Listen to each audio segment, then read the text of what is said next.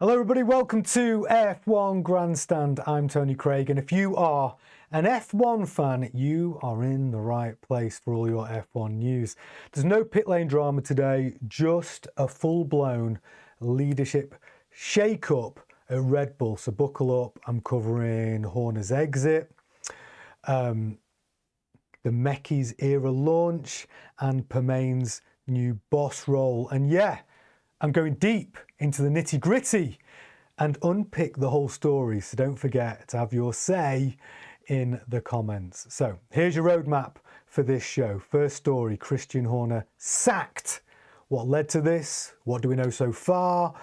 Will we touch on that probe, which seemed to be the start of his demise? Of course we will. Second story, what Laurent Mekies named the new Red Bull Racing boss. Who is he? What can he bring to the team? And then we've got the third story, which is Alain Permane, who's been appointed boss at Racing Bulls. What does this mean across the operation? Now, obviously, these stories are tightly connected, so stay tuned while I try to join up the dots. So, first story, Christian Horner sacked after 20 record-breaking years. Before we get into that, let's have a little look at his history and achievements. Now, he joined Red Bull in 2005 as the youngest ever F1 team principal at the age of 31. He guided the team to 6 constructors titles, 8 drivers titles, and 124 Grand Prix wins. Now, you've got to admit, that's a hell of a record. He also elevated Adrian Newey, signed him back in 2005. He also raced Sebastian Vettel to 4 straight championships in 2010 to 2013, and he steered Max Verstappen to dominance in 2021 to 2024. So, his record speaks for itself. He's been hugely successful as a team boss, but then there's that inappropriate behaviour probe. Now, on February 5th, 2024, Racing Bull initiated a serious investigation into inappropriate and controlling behaviour, which was alleged against Horner by a female colleague. But you've got to take this into account. An independent King's Counsel conducted an 8 to 9 hour interview, and by the 28th of February, Horner was cleared. The report was confidential, but the complainant retained the rights to appeal. However, WhatsApp messages were leaked in March, which reignited the controversy despite his second exoneration in August 2024. Internal rifts deepened between Helmut Marko, Jos Verstappen, and Horner. Now, there was a devastating fallout because that triggered the departures of Adrian Newey, Jonathan Wheatley, and Will Courtney in late last year in 2024. So what's the current situation and impact? Well, Red Bull officially dismissed Horner on the 9th of July 2025, mid-season. Now, their reasons, get this, leadership and performance needs. Well, performance has slid. The team form slid to 4th in the standings, trailing McLaren by 288 points. Relations have been strained between Max Verstappen, who is reportedly frustrated. His father, Jos, publicly called for Horner's removal. So, the sacking is definitely linked to Max and Jos. Red Bull are so keen to keep and retain Max's services that they were prepared to sack Horner just in case they can secure Max's services moving forward. They've even talked about offering a title sponsorship position in the team for Max. But we've got to talk about this. Has driver power gone too far? Because we can't ignore that Red Bull's second car has not performed. It's failed with Perez at the wheel. It's failed with Lawson at the wheel. And it is failing right now with Tsunoda at the wheel. The one thing that's for sure, you cannot win a Constructors' Championship with just one car. So the reactions to Horner's sacking, well, Max Verstappen, he thanked Christian Horner publicly in a heartfelt parting message. Thank you very much. But what does that mean? Was he an integral part of his sacking? But publicly, he wants to say thank you. And then you've got Bernie Ecclestone, who, well, bluntly labelled Horner an idiot, running the team an idiot for running the team as his personal domain. And then you've got a mix of the Red Bull insiders. So the Thai owners seem to favour Horner. They stood by him through that investigation and probe.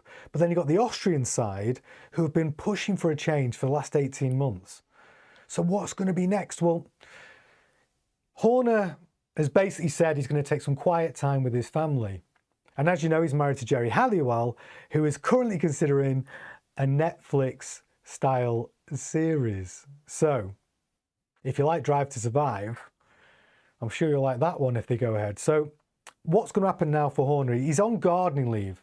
So Red Bull are negotiating a huge payout for Horner. Now that payout is rumoured to be around 60 million. Sounds like a lot of money, but that does bring me in to this guy. Now, if you look at his biggest adversary over the last, well, 8 or 9 years, this guy, Toto Wolff. Now, he's obviously the team boss over at Mercedes, but the difference is he's rumoured to own a 30% equity share of the racing team. So that equates to £1 billion. So there's all these rumours that Horner, during his tenure as Red Bull team boss, that he was pushing for an equity stake in the team, which he never got. So moving forward, with Horner's track record, if he does come back with a team, I bet you any money he comes back with an equity share of the team as an owner. Because people love to win. And the one thing you can say about Horner is, you know, his record speaks for itself. He is a winner. You know, even Adrian Newey, who went over to Aston Martin, he got some equity in the team. So the return to F1, whether it's going to be managerial or media, is on the cards for Horner. It's just going to be very exciting to see whether he comes back with a team, like maybe there's a new team, maybe it's BMW, maybe Pagani, you know? Who else is not in the Formula One space right now that should be? Who knows? But whatever he does, I think he's going to come back with a bang. Do not write that guy off. Okay. Second story. Let's have a look at this smiling, happy Laurent Mekies, because he's taken charge over at the Red Bull team. Now let's have a look at his background. He was born in 1977. He's a mechanical engineer by trade. He worked at Arrows in 2001, Minardi, then became FIA safety director. He was recruited by Ferrari as racing director. In 2024, he moved to Red Bull as the chief high performance engineer. Now his current situation is he's named the CEO and team principal of Red Bull Racing. And that was on the same day as Horner's sacking. What does he bring to the team? It's technical knowledge. And he's also bringing a safe, steady set of hands to steer the ship. Sky Sports said, you know, Mekies' main challenge is to retain Verstappen because of the mounting pressure from rivals like Mercedes. So it sounds like Mekies' major task is to steady the ship and retain the services of Max Verstappen. Can he do it? I mean, he has had a good run with the Racing Bulls. I mean, currently they're scoring points, right? Both cars are on sort of level footing. They're scoring points. Lawson seems to have had a bit of a revival, scoring points, did well at Silverstone. But can he secure Verstappen's future? Now that's the big question, because if Verstappen was part of Horner's exit and on a hope and a whim that they may be able to return, you know, to retain his services, I mean, that is some cold shit. If he ends up going to Mercedes, he stabs Horner in the back, goes to Mercedes, and they don't retain his services anyway. That's some cold stuff. But can Mekies reassert Red Bull's dominance? That's what we're waiting to see. It's too early to tell But he's happy as Larry. Look at him. He's obviously in his old Racing Bulls outfit there. We will get new graphics, but there you go. That's who's next. And our third story, Alan Permane named the team principal at Racing Bulls. Now, you might not know this guy, but here's a little bit about his history. So Alan Permane, he's age 57. He started in 1989 at Benetton, then Renault, and Alpine until 2024. He became the sporting director at Racing Bulls in 2024. So his current situation is immediately stepped into Mekies' position as the boss of Racing Bulls.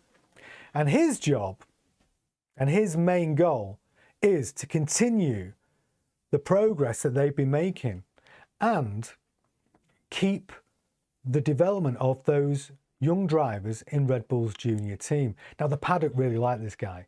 They say he's the ideal anchor for the junior team. You know, he's got good strategic brain. You know, and if he can nurture the youth pipeline, then he's the right choice. But what do you think? Don't forget, those comments are there for you to tell me what you think. This is a community at the end of the day. I want to see what you guys are thinking about these appointments and whether these are the right appointments to steady the entire Red Bull ship. So all these stories are connected. They're basically three moves of dominoes. You got Horner out, Mekies slots into the main job, and Permane fills his shoes at Racing Bulls. It is a complete ecosystem reshuffle. The Red Bull reset, I'm going to call it. But what do you think? Tell me in the comments below. I'd love to hear your thoughts. Thank you very much for watching my first F1 Grandstand show. Please like, comment, subscribe, and hit the bell so you can keep up to date. I will be back tomorrow with more news. And remember, if you can't be good, be lucky.